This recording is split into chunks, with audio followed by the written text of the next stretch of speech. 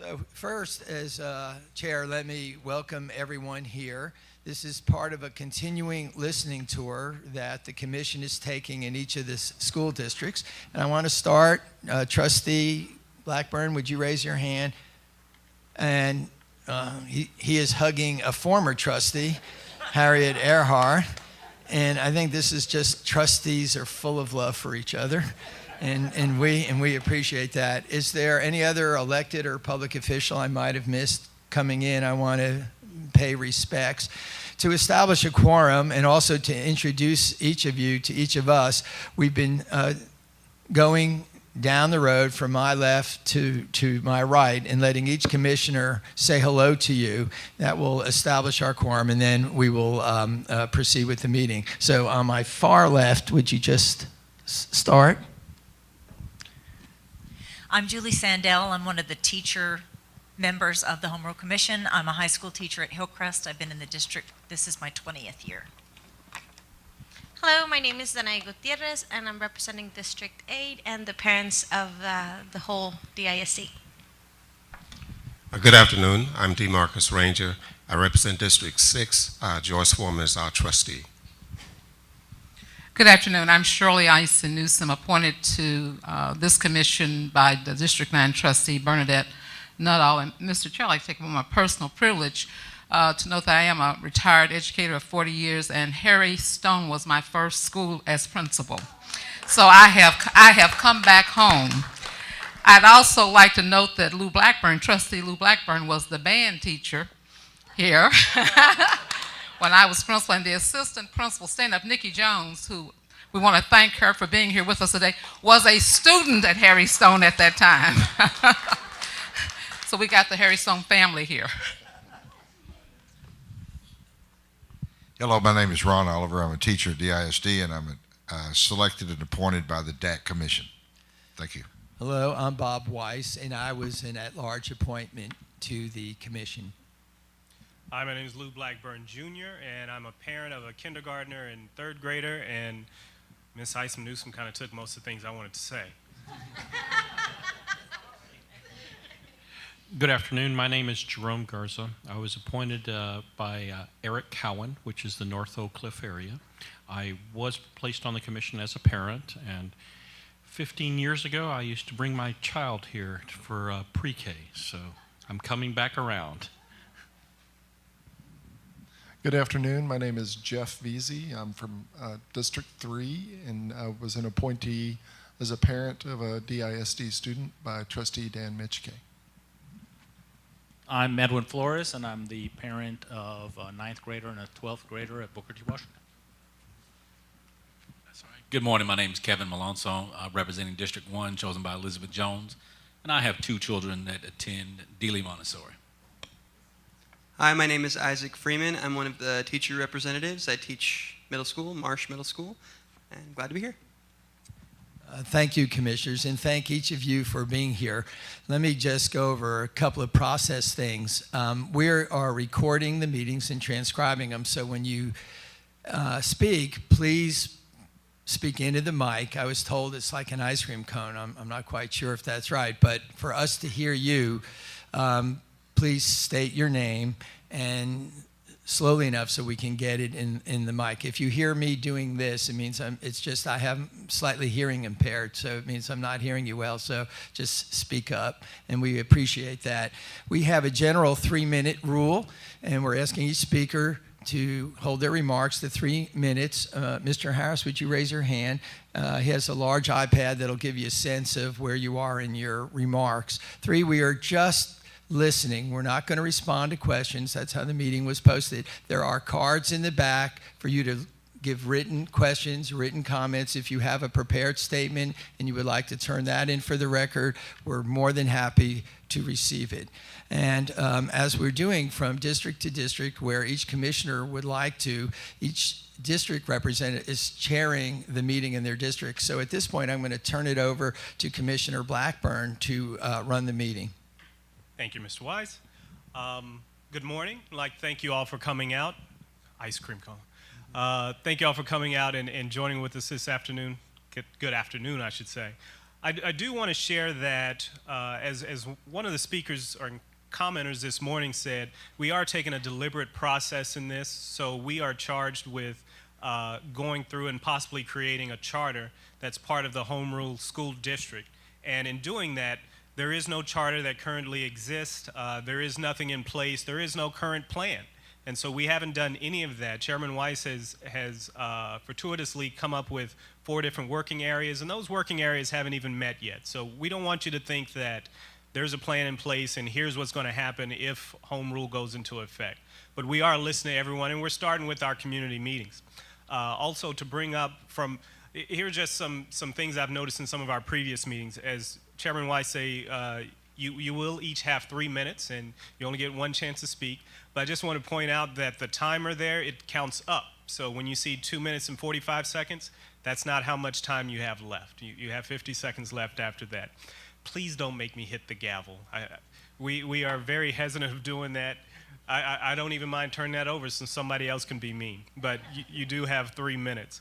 I'd also like to just point out some of the characteristics of our commissioners. There are 15 of us, and some have mentioned that they're parents, some are teachers. We are made up of 4 teachers that are classroom teachers, and the majority of us, 8 of us, are parents of students that are in the district. So we want you to know that we have the best interests of the district at heart.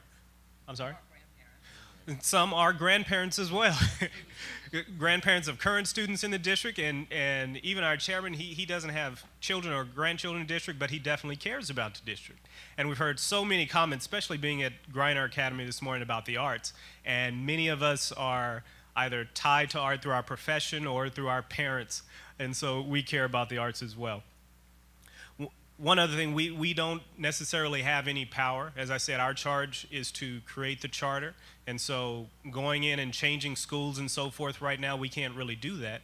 But we do have trustees that are here, or at least 1 trustee today, and he will be around afterward for a question and answer period. So if you have any concerns about what's currently going on in the school district, please bring those up with him, and he'll change the world. Do you want to raise your hand? Finally, we appreciate any and all comments that you have. I typically ask people at some point, well, what will make it perfect? What do you think is going to be the absolute solution, and this fixes everything? And no one will have the perfect answer. No one knows everything. And so even if you say, I don't have a fix in your comments, we appreciate any opinions, any sentiments that you may have, and just an expression of your experiences. Oh, one other thing, we're listening. This is our listening tour, and so we're not answering after our session today, which may be rather brief. But after our session, you're welcome to talk to any one of the chairmen individually or as a couple, as long as you don't talk to 8 of us at the same time. But if you would like to submit your comments in email, just email. I believe everyone may have gotten one of the overview sheets, but the email is highlighted in blue at the bottom, and that's homerulcharter@dallasisd.org. Again, homerulcharter@dallasisd.org, and that comes to all 15 of us. So we'll all have that, and if for any reason you don't want to speak and make your comment, there are note cards, and so you can write that out. But if you ask a question, whether here in person or on the card, there will be a response to that online at some point. And with that, we have mics that are around the room. If you'd like to make a comment or have a question, please raise your hand.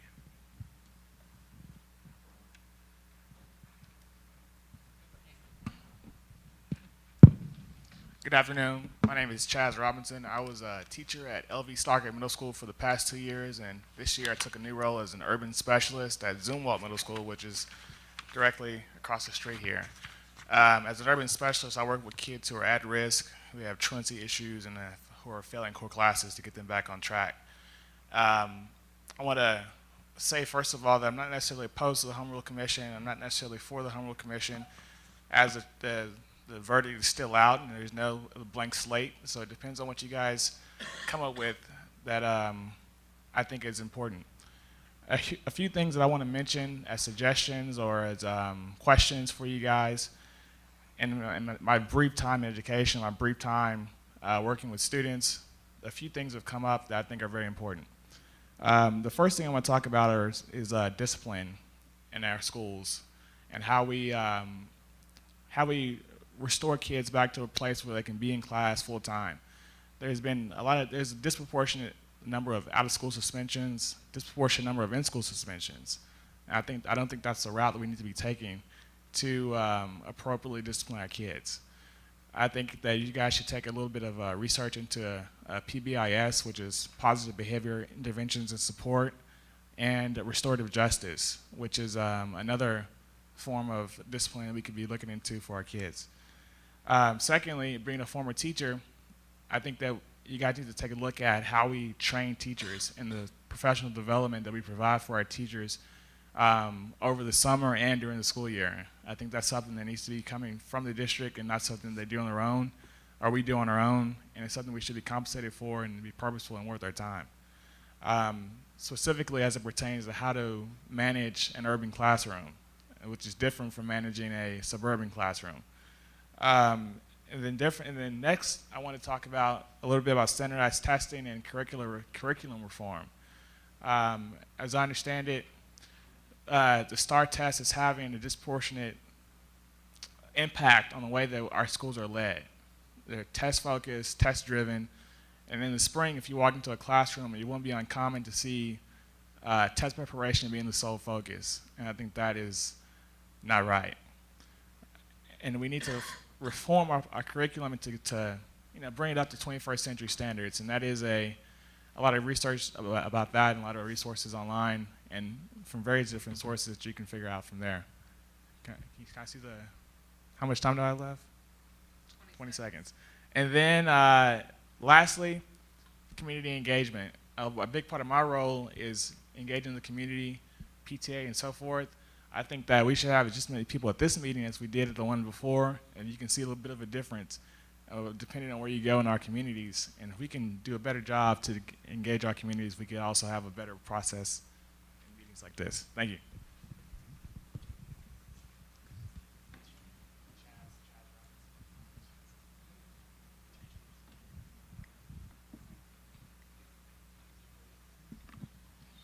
Anyone else?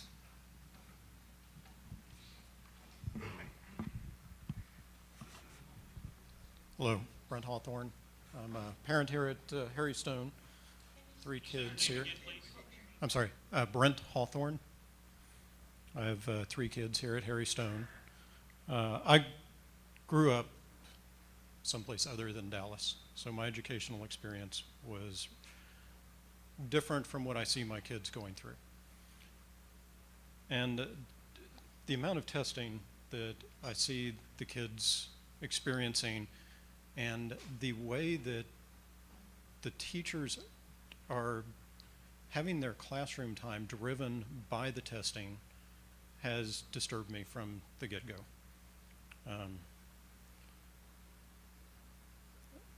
Something that I also find lacking in particularly the younger kids is the science. Even here at Harry Stone, there's not a lot of science given until the kids get into the upper grades. I'm a little biased. I have an engineering degree. I grew up around an engineering family where science and math was of paramount importance.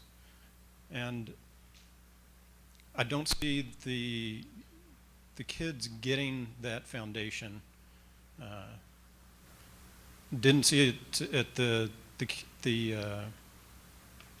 school, our home schools, and don't see as much of it here at Harry Stone as I would really like to see.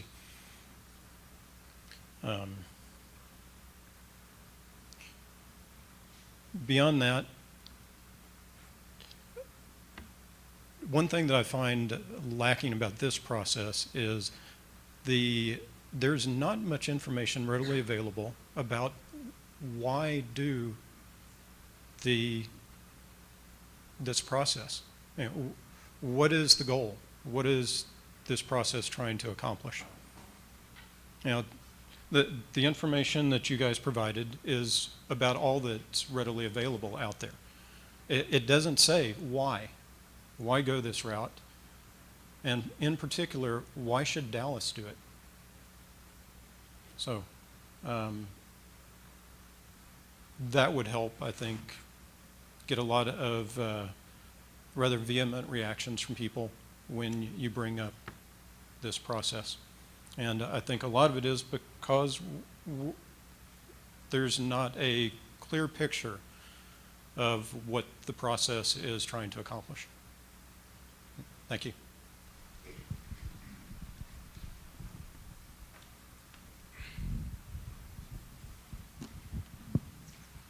Next comment.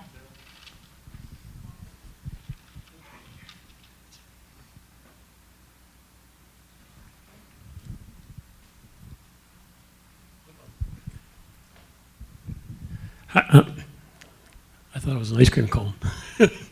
Hi, I'm Dr. Mike Dryden. I have over 40 years experience in teaching and evaluation nationally, internationally, and 20 years in Dallas. I'm now retired. Much of the data thrown at you is misleading and attempts to blame DISD by ignoring the impact of poverty. You all know DISD is about 90% for introduced lunch and is one of the poorest districts in the nation. Yet in your minds, you do not equate Dallas to Detroit, Miami, or Los Angeles, do you? The fact is, DISD does an admirable job in educating its children. I would like to break some myths that I think are being thrown at you. One myth is that you hear is 4% of the 8th graders will graduate from college. Not even close. 66% of the graduating seniors enroll in college 2 years after high school. 76% persist to a second year. You're probably saying, how can you have 66 go to 76? Because these are poor kids. They delay going into college. You have to realize that. About 18% of our students graduate with a college degree within 6 years, not 4. What they don't tell you is another 15% after 6 years are still in college. They're trying. I hope you realize what's happening here. You have some very poor kids who have dreams and want to go on. That's what you have to address. So nationally, how do we compare nationally? Nationally, 19% of blacks and 18% of Hispanics earn a 4-year degree in 10 years, not 6. Okay. Poor children must work and go to college, and it takes time, but they persist. This is a national problem, not a DISD problem. And despite the higher poverty rates in Dallas, the students are keeping pace with their national cohorts.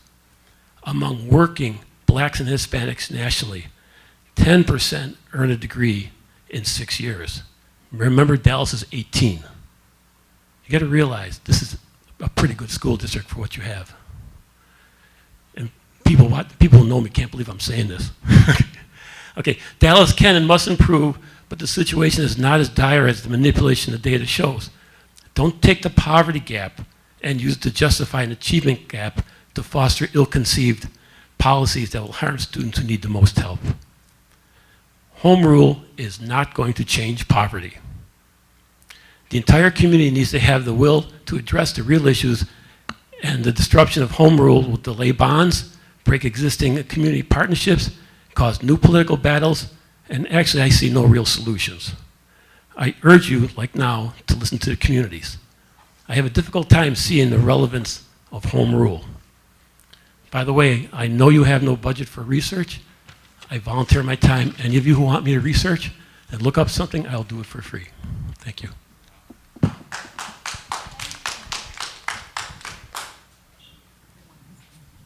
For anyone that has any type of research that you'd like to share with us, in addition to comments, please feel free to send that to us by email.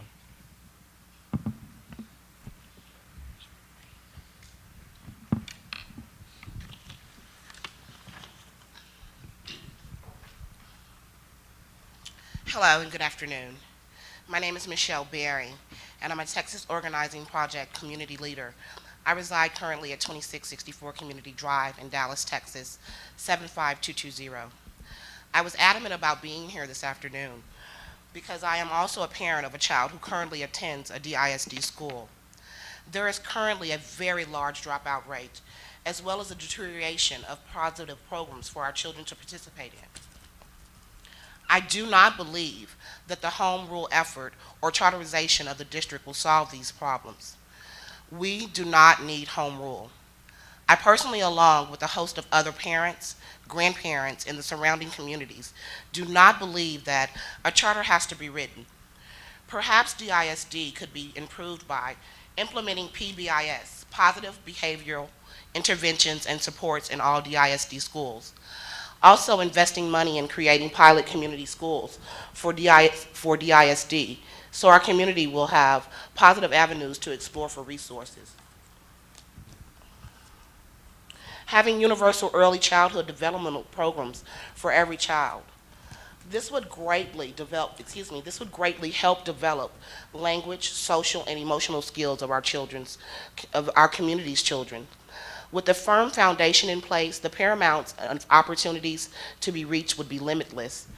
And this affects me directly because I have a 2-year-old son that I'm looking forward to seeing thrive and reach every dream imaginable. And in conclusion, I would also like to say that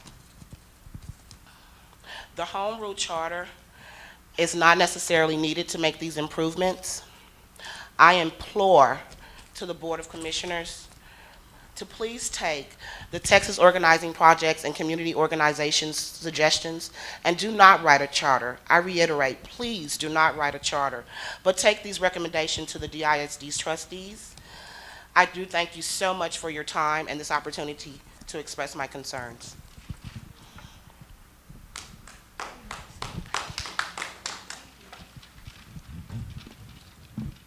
Any others?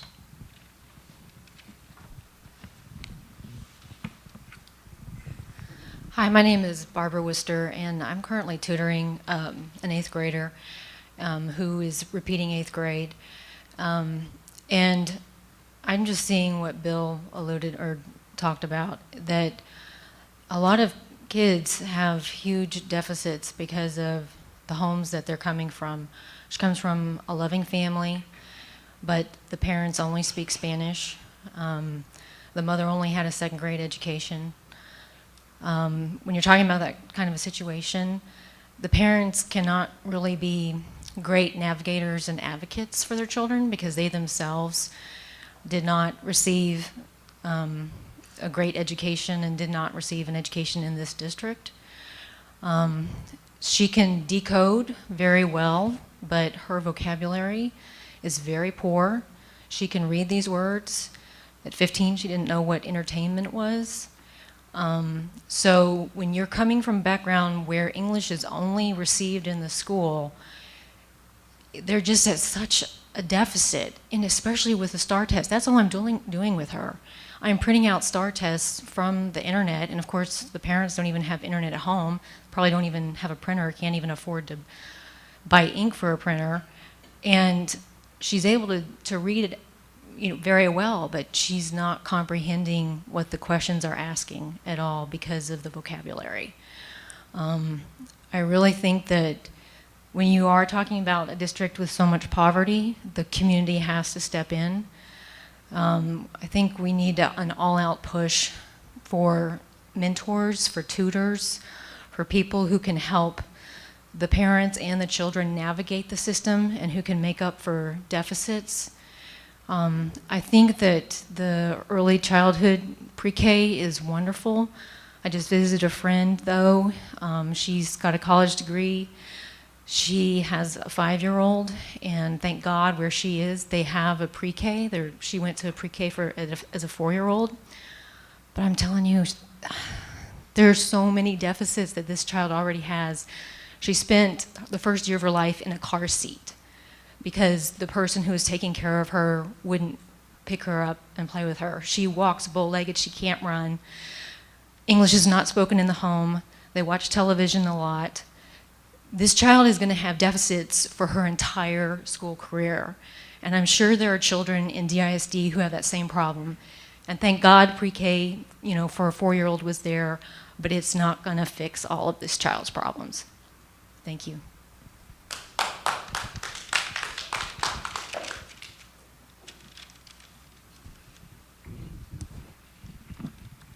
Are there any others?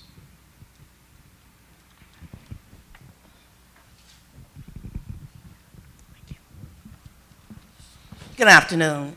I'm Phyllis Arnold, a retired teacher, 41 years from DISD, as well as a product of DISD.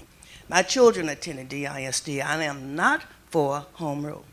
I'd like to go on record as saying that I feel our public school system is a great system. I attended the system, I worked in the system, and I live in the system. So please don't change our system. We do not need a home rule charter to fix whatever problems you feel that are necessary to change. DISD can change them and make it right for our students.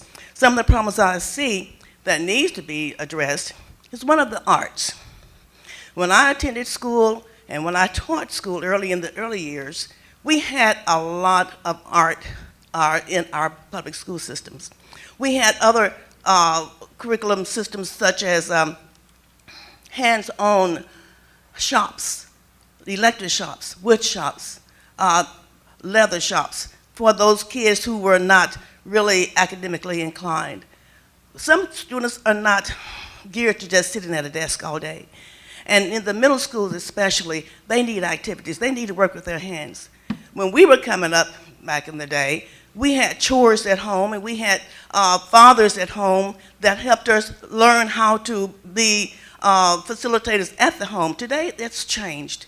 Many of our students live in apartments. We live in situations where they don't have chores where they can learn to work with their hands. And they need that. Our blue-collar workers have no place to go. In fact, I know we don't really have blue-collar jobs anymore. But our young men are bored.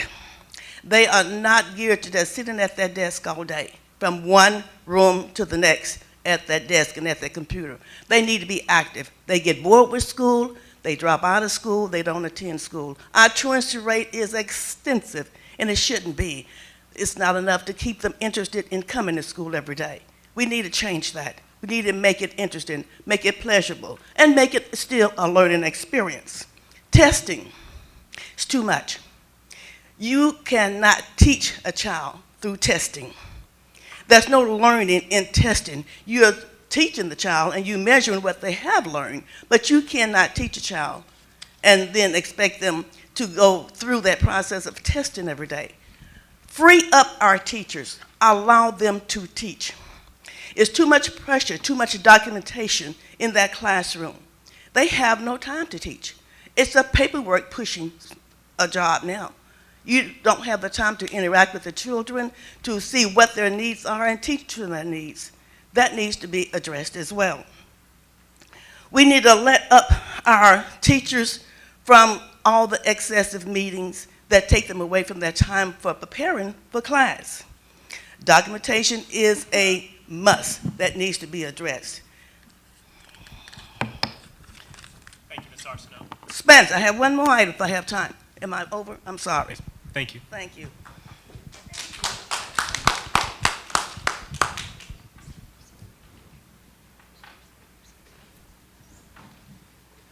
I'd like to recognize before the last comment, Commissioner Elizonde had arrived. Any other comments?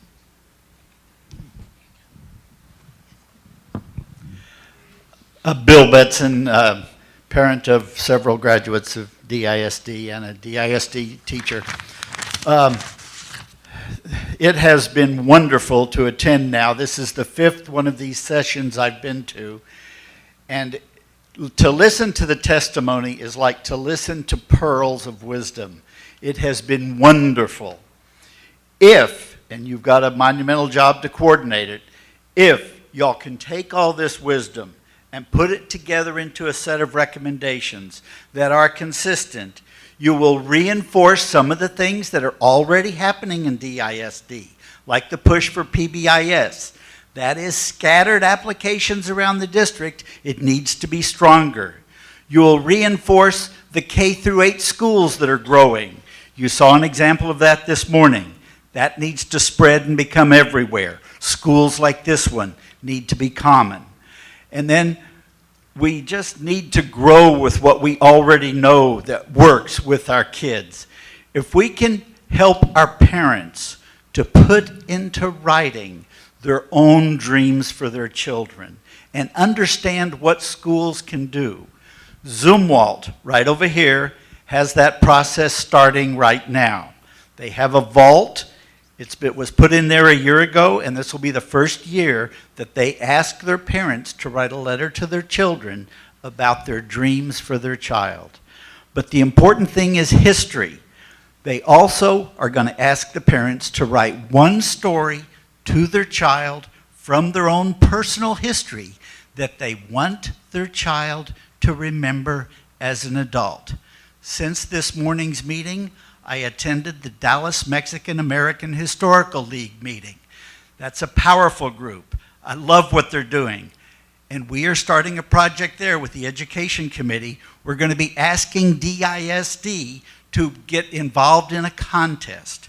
We're going to ask DISD to invite juniors and seniors, if they think that's the most appropriate grade, to actually submit wording for 2 historical markers we're going to try to get in Clyde Warren Park. A marker for Little Mexico, because that's the land of Clyde Warren Park. It's in Little Mexico. That used to be Little Mexico before it became a freeway.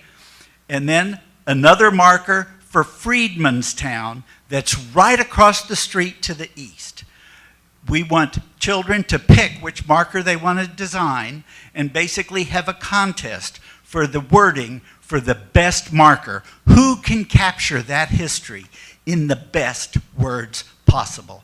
I can't think of a better contest that would help the children in Dallas to connect with their own roots. History has shown kids who know their own story and their own history are the most resilient, and that's what we need in Dallas. Thank you.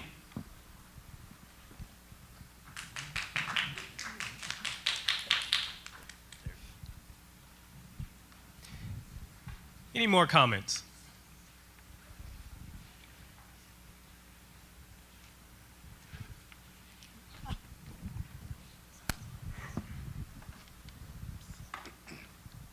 Okay, I'm Clifton Coleman, veteran of DISD, graduate of DISD, spent 13 years at Village Fair Alternative Center dealing with students. And I want to address a few things. People ask, why are the students truant all the time? Maybe the reason why our students are truant is because they realize they have a ton of safety nets to fall back on. Why should I go to class, put up an effort when I have Reconnect? Why should I put up an effort when I have Uplift and all the other little fly-by-night schools in the district that aren't even a part of the district? So why should I put up an effort in the classroom when I got the safety nets? Maybe we need to get rid of them and convince the students, you need to focus on that classroom and that classwork and get it right the first time, so we won't have such a large number of kids having to get their credits through alternate means outside of the regular classroom. Also, another reason why we're having problems is, where's the community at? Where are the parents at? I'm looking around here. Where is everybody? We're talking about changing the school district, and there's very few people in here. I went to the Captain Gillen one. It was packed in there. There were about 50 people in there that were vocal about their dislike for the home charter. But here, I see very few people here. Now, if this was Carter and Stock playing each other, this building would be packed with folks. And, oh boy, I forgot something. And people ask about discipline. Maybe we need to start asking the kids why are they having problems, and let them tell you what they're going through. We keep saying it's the school's job. I keep hearing people say it's Mike Miles' job, it's Blackburn's job, it's the school board's job. No, it's not. It's everybody's job, from the schools to the community to the parents. And we have a lot of kids that are scared to show how smart they are because they can show how smart they are in their classroom. But what happens when they go outside their classroom and go home and mama says, I don't care about you getting a straight A in school, and cusses them out? Or they're walking to school and they're having to put up with Pookie and Ray Ray trying to jump them just for going to school. Like up there in Chicago where they're having that problem with one of their schools, Uplift, where they graduated every single senior at their school and they all got accepted to college. But many of those kids had to fake them, hide their uniforms just to get to school.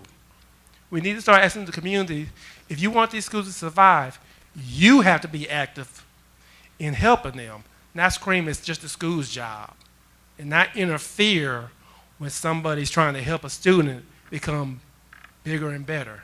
Thank you.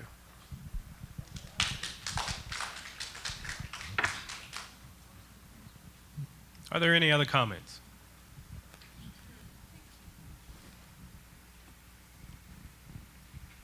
Going once, going twice.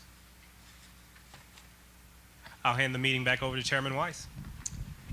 What we have been trying to do when the official portion of the meeting has concluded is to stay so you can meet with us one-on-one and we can hear your concerns in more detail. Some of us might have to leave, but most of us have been trying to visit with everyone who's been here so that we can hear beyond the table what's on your mind. And again, I want to add my thanks for you for showing up on this Saturday afternoon, and we appreciate every comment that was made. And again, there's multiple ways to turn it in writing so that we have an official record. And with that, I will formally conclude our hearing. Thank you.